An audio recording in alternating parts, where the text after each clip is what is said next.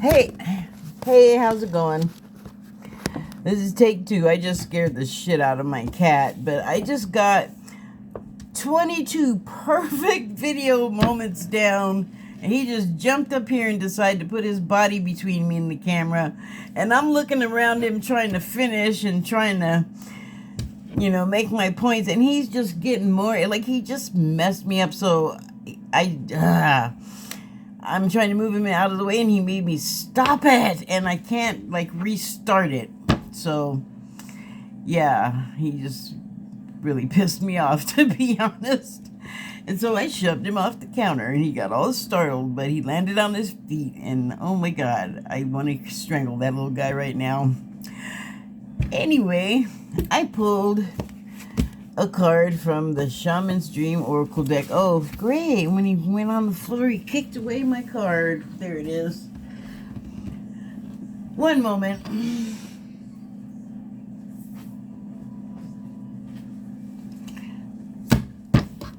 So, yeah, from the Shaman's Dream Oracle deck, I pulled... This is the Shaman's Dream Oracle deck for reference. Stop that.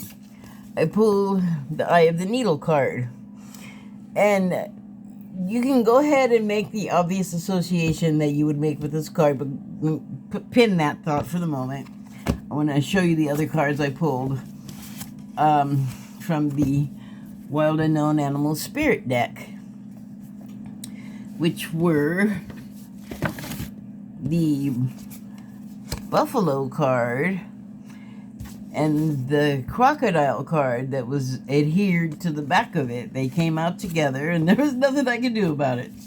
So, let me begin all the frick over again and start talking about the obvious association with this card. So, acceptable completely. It certainly can apply with what I'm going to say, and for the sake of warning, expect floppy to happen with the phone. Is just precariously placed at the moment.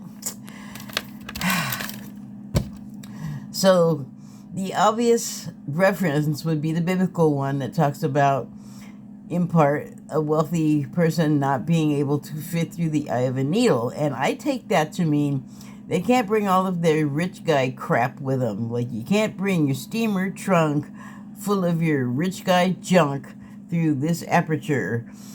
You can see there's an eye actually looking through it, and even the eye looks too big to get through that aperture, and I feel like it's the largest needle you can get. Well, there's probably larger, like, leather ones, but I'm talking just regular old sewing fabric needle.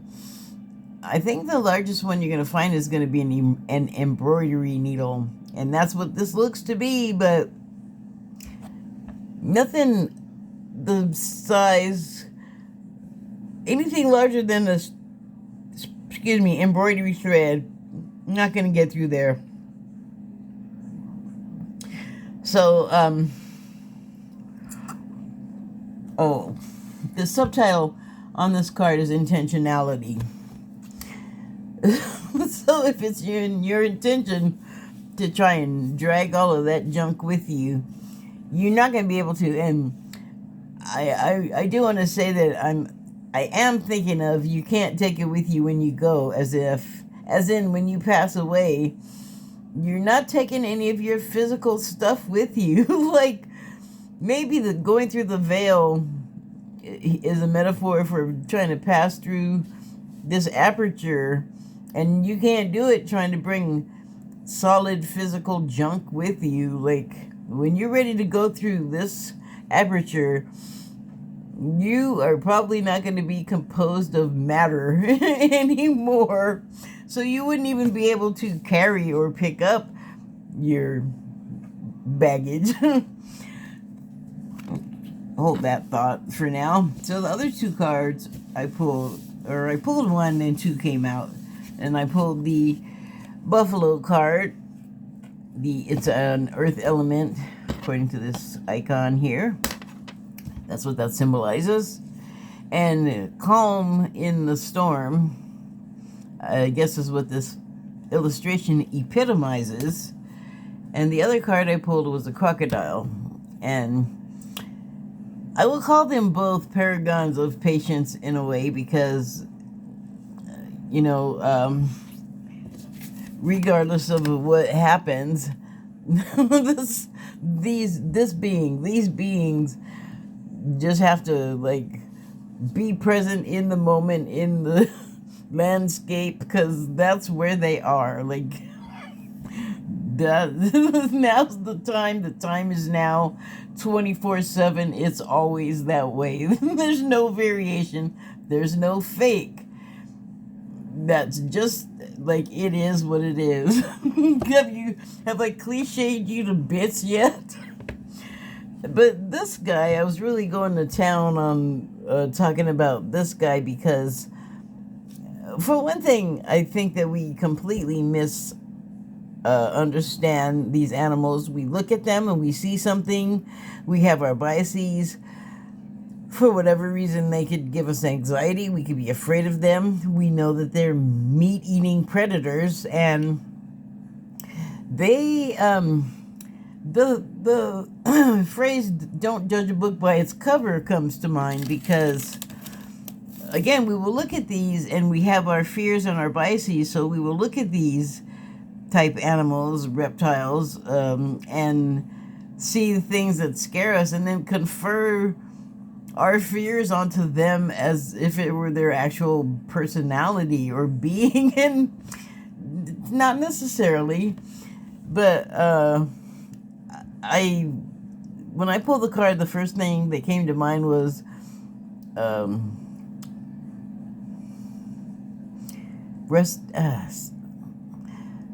fossilized or made of stone or something like that. That's not what the phrase was. I remembered it earlier, but I guess when I trashed that other video, I trashed the memory too. But so like fossilized looking, appearing, because they will sit still for so long. You'll think it's a log or you'll think it's a dead croc, and unless it's like, I'm going to come back to this. I don't know how this, anyway, it may look like they're not even blinking their eyes. I'm wondering, do they have eyelids at all? Or do they have, I'm going to mispronounce this either way, but I'm going to give you two. They either have eyelids or nictitating or nictitating lenses, which would be not an eyelid proper, like especially if they don't have eyelids that blink, like whatever the creature may be, but in this case, this one, if they don't have eyelids, they have this other membrane that's kind of opaque a little bit. Like, I think they can see blurrily through it, but what it does is either act in conjunction with an eyelid, or if there are none, as a protective layer to protect the lens and the cornea from, abrasions. And also, just like if it's sandy or whatever kind of debris is flying around, it's just a form of protection. So I don't know if they have that or not, but I was thinking about them just sitting still, just waiting for some prey to happen along, and that if they were blinking, you'd know that something like active was there, but they maintain stillness. I know I have learned this about them. And what I learned recently, within like the past 5 years or so, that would come to a surprise to someone foolish enough to come up to one of these things and get a little too close and a little too cocky and think, oh, this fossilized log looking thing can't do nothing to me unless I'm like right in its mouth. Well, they can actually stand up and their legs are pretty long when they lengthen them to run, and they can book it too. Like, I don't know how a human being chased by a croc would end, but if you should do one of those idiot person in a horror movie tripping over nothing things where you're running for your life, there's nothing for you to trip over except you need to trip because the thing after you needs to catch you and bite you because it's in the script. But anyway, all nice silliness aside, they really can like jump up and start running after you like way faster than I gave them credit for before I learned this. So now I know. Don't mess with these guys. Like, hello, teeth and claws and all of that stuff. So, I don't know how I got to it before, so I don't know how I'm going to get back to it, but in the previous video, I was talking about strength, and it was having to do with scary teeth and claws like this has, but also, on a tarot card, on a traditional one, I would show you, except the phone is sitting on that deck, so I'm not going to change the composition of my makeshift tripod here, but on a traditional tarot card, it is a picture of a figure. I'm not really sure if it's a woman or not. I think mostly people refer to it as a woman, but it looks kind of ambiguous to me. But the person, it looks like they're prying a lion's mouth open, and they're standing right next to the lion, very companionably, actually. And it either looks like they are like opening the lion's mouth, or they have their hands in around, like they're, I don't know, doing something inside the lion's mouth with their hand, and the lion is like allowing it to happen. It does not look like somebody's about to get mauled or eaten or anything like that. It's a very sort of cooperative vista, you know, like everyone looks like companionable, like no one looks like they're gonna get hurt. And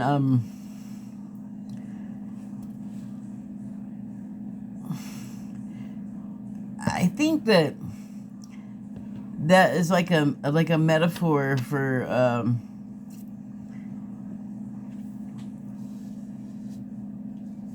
us learning how to not only be strong and use our strength, but to do it in such a way that, you know, the other person is allowing you to open their, you know, potentially dangerous jaw full of sharp teeth, and also with the lion and its claws. But it made me think of what I saw earlier. Something did here. I'm getting both now. What I was talking about in both videos, this one and the previous one that I ended up trashing, like it's like what I talked about is all kind of melding together, trying to knit together. But I had been talking about how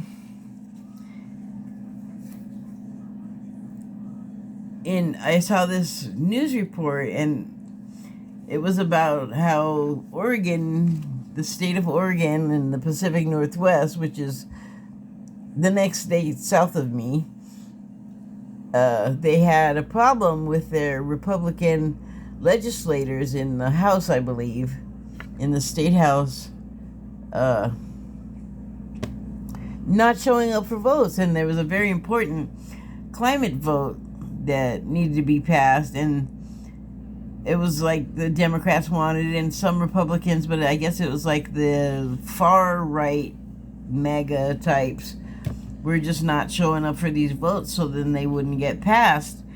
And finally Oregon was like, you know, the voters like, we want this passed, and we want the people to show up and stop wasting time and money, and we voted them in for a reason, and they're not there to just accumulate favors and treasure and money. We want you to cross through the aperture and do what you promised to do, what we elected you to do, what we expect you to do. And since you guys have not been doing it against our wishes and all sanity, they made a law saying that, okay, you can finish out your term and not show up and be a useless wiener and obstructive. And so they made a law now that says that if you do that, this is what your choice has been as a politician, once your term is up, you can't run again for like 7 years or like a whole nother term, some satisfyingly long amount of time where they can't come back and be obstructionists, which got me thinking about the way that people get mad at this stuff. Like, those people are mad because they weren't showing up and they want this vote to get passed or to get just voted on. And that's why the voters made this law, because ridiculous. Like, who are you helping? Like, to whose benefit is what you're doing? Which made me revisit something that I have thought about many times, and I hope I can inspire other people to give this some thought too. Not just the local state government of Oregon, but there are all of these like obstructionist Republicans, and we're looking at them, I think a lot of us American voters, as like just voter stuff, but I think there's more to it than that. And it seems like insane that there's enough money to bribe all of the politicians in the state and federal legislative houses, but there's so many of them like being obstructionists. For what reason? Who is it benefiting? Not us, that's for sure. So if our politicians are fighting each other, if there's inter-party fighting, if the parties are fighting each other and nothing's getting done, basically, who does it profit if the U.S. can't function? Who is going to be so happy if everything here grinds to a halt? If the systems are just not working, who would be happy to have proved that point? Who would have gone through a whole bunch of trouble, money, and time that it would take to turn people and send like agents, I guess, to obstruct us this badly in this way? The subtitle on here is intentionality. You get people on the spot, on the scene, and you turn them and you influence them, and that's how you do it. If you are someone from not inside the United States that wants to really screw up the United States and has a hard-on to mess with the United States, to, block action. And so you have people doing that for you. So, it seems like, it's got to be like part incriminating information, compromise, and it's got to be part bribery, but man, widespread. But I know I said it sounds insane, but don't think that it's insane, because our government has been infiltrated a number of times. Like, the CIA was at least once by Russia. So China gets in, and we do it too. So, if we do it, other people are doing it. But I'm just saying, they're getting uncomfortably close. And so they're thinking they can do this. Our politicians, like, whatever is the motivation for them doing it, like greed or fear, they're doing it, but they're not going to be able to take it with them. Like, all of the riches and whatever they think they're getting for screwing stuff up in this way, they're not going to be able to keep. They're going to get caught. They're not maybe going to go through any aperture, like, to heaven, like the eye through the needle suggests, like with the rich person having a hard time getting through there. And that was another thing I was talking about. I saw something this weekend where they were talking about this kind of person where they'll just do anything and they'll excuse it and call it religious and call it Jesus when it absolutely isn't. But what they said in this thing was, well, it says that a rich man would have a hard time or harder time getting through the eye of a needle, presumably with their possessions, the steamer trunk of treasures that is in no way going to fit through that space. But, like, okay, so they're not going to die, but their careers might, their reputations might, because I think people are going to get found out. It's like so obvious, and I know people somewhere that can actually affect the matter, like in government, have to be seeing that this is the case, that we got compromised people, and they're going to try and sneak away with their ill-gotten gains, their bad blood money. But no, they're not going to be able to sneak off, and they're most certainly not going to be able to run away with their, bad money through the tiny hole. The window of opportunity, the aperture is getting smaller and tighter, because that cannot go on. It's just such bad faith. Like, you got elected to be there for a reason. So I did a personal poll. It wasn't really a personal poll today. I just pulled some regular, well, they're not traditional tarot, but it is a tarot deck. So I just pulled some for today, and I got Justice. So I didn't know what that was referring to, because I hadn't looked at the other cards yet, really, as far as what they were saying. But interesting, I was just saying, like, those people that are pulling these shady schemes and are being influenced, we are going to see justice for their bad acts that they were trying to make against us on behalf, I feel, of offshore entities influencing. And that is what's happening now. Is like the Tower card, like, people are getting found out. Stuff that they're trying to do to obstruct is not working. Like, censures are not happening. Impeachments and investigations, they're baloney. So they have no foundation, and all it takes is a couple of, like, bright or lightning strikes of illumination of truth to just show that it's a house of cards, basically. The picture is more violent than I feel like is happening, but it's a young day of the event, so things could always get more exciting.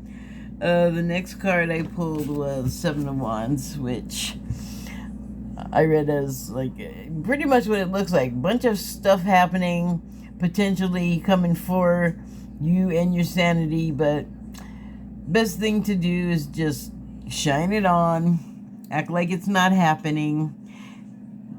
Just, to protect yourself, not to, like, banish, the idea that, like, these are happening and so they don't exist. No. You're in a moment of meditation to fortify yourself from living in the world where all this crap is coming at you all the time. You gotta take a moment and center yourself, and you gotta stay grounded, because it's crazy out there. But, once all of this kerfuffle and bombastica is over with, justice will be had, for sure.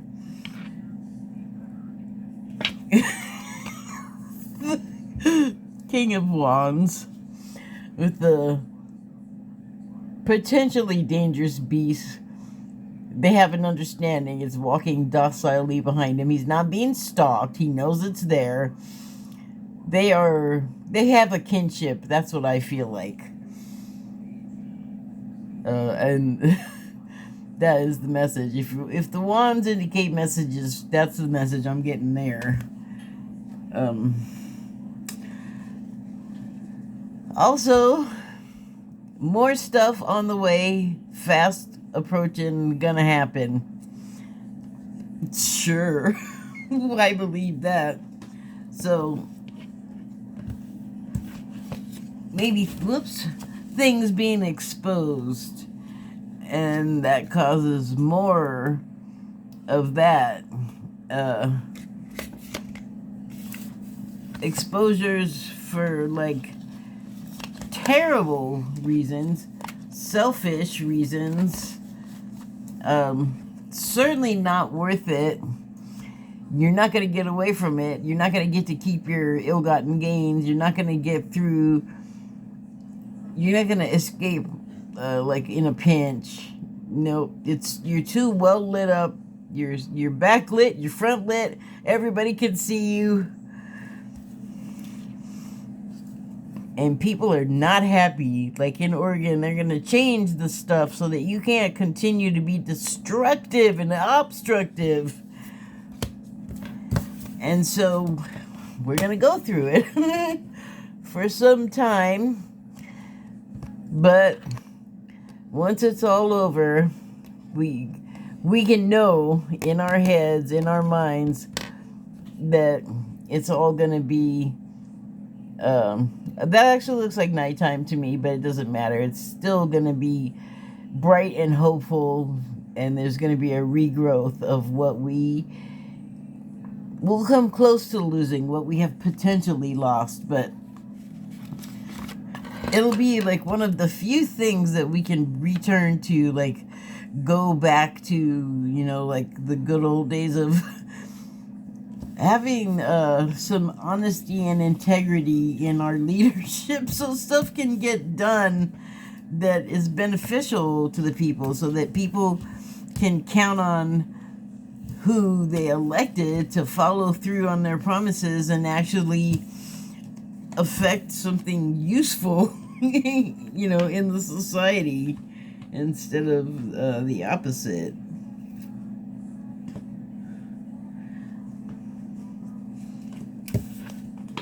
Oh, yeah, I'm just messing with my cards. Thank you and good night.